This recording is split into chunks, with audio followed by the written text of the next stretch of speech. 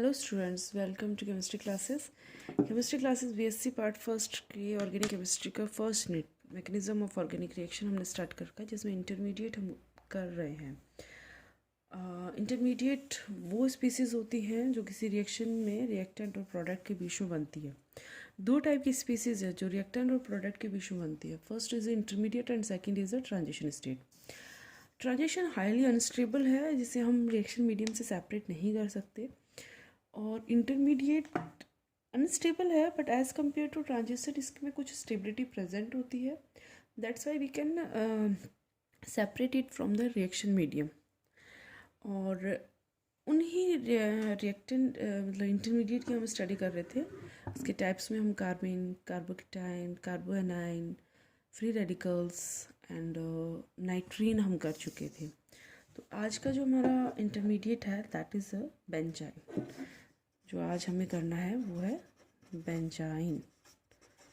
ये बेंजीन से बनता है। बेंजीन क्या है? बेंजीन हम पढ़ चुके हैं ऑर्गेनिक केमिस्ट्री में 11th-12th में भी।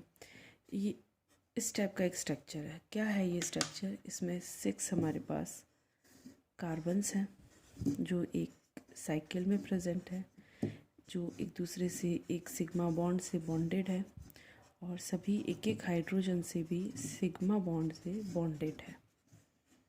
अब हमें पता है कार्बन के आउटर मोस्ट में टोटल इलेक्ट्रॉन कितने होते हैं? 4। यहाँ कितने? 1 2 3 1 2 3 1 2 3 1। मतलब हर एक ने अपने 3 जो इलेक्ट्रॉन हैं वो बॉन्डिंग में यूज़ कर रखे हैं, एक हाइड्रोजन से और 2 कार्बन से। हर एक हाइड्रोजन का भी एक एक इलेक्ट्रॉन यहाँ बॉन्डिंग में पार्टिसिपेट कर रहा है। ये बॉन्डिंग सिचुएशन है इलेक्ट्रॉन के पॉइंट ऑफ व्यू से। लेकिन अब चौथा कार्बन जो इलेक्ट्रॉन है कार्बन के पास, वो भी अवेलेबल है। वो कहाँ जाएगा? वो इसी रिंग के, मतलब ये तो क्या हो गया, 3 बॉन्ड बन गए। 3 बॉन्ड बनते हैं जब हमें पता है कौन सा हाइब्रिडाइजेशन होता है, sp2। कैसा स्ट्रक्चर होता है? Linear planar. बॉन्ड एंगल जो होगा आपका 120 का होगा, तीनों इक्वल। ठीक है। अब जो फोर्थ है वो इसी प्लेनर स्ट्रक्चर के, ये एक प्लेन में इसके 90 डिग्री पे, इसके 90 डिग्री पे प्रेजेंट रहेगा एज ए अनबॉन्डेड इलेक्ट्रॉन। ये बॉन्डिंग में पार्टिसिपेट नहीं करेगा, ये हाइब्रिडाइजेशन में भी पार्टिसिपेट नहीं करेगा, और ये इसके पैरेलल प्रेजेंट रहेगा। इसमें pz ऑर्बिट में ये एक एक इलेक्ट्रॉन इस तरह से प्रेजेंट है। अब ये जो इलेक्ट्रॉन है ये इस तरह से बॉन्डिंग कर सकता है और इधर भी, मतलब ये दोनों साइड में किसी भी साइड में बॉन्डिंग कर सकता है। ये इसका बॉन्डिंग स्ट्रक्चर है। ये हमने जूनियर क्लासेस में पढ़ा है कि इस तरह से ये इलेक्ट्रॉन जो हैं डीलोकलाइज हो जाते हैं 6 के 6 कार्बन के ऊपर एक रिंग के फॉर्म में। इस रिंग के फॉर्म में नीचे और ऊपर प्रेजेंट होते हैं। एक डीलोकलाइज स्ट्रक्चर जो है वो रिंग का इस तरह से बन जाता है। इतना हम पढ़ चुके। तो ये डबल और सिंगल बॉन्ड अल्टरनेशन में चेंज होते हैं। ठीक है। अब ये तो हो गया बेंजीन का स्ट्रक्चर, बेसिक स्ट्रक्चर। हमें क्या पढ़ना है? बेंजाइन पढ़ना है।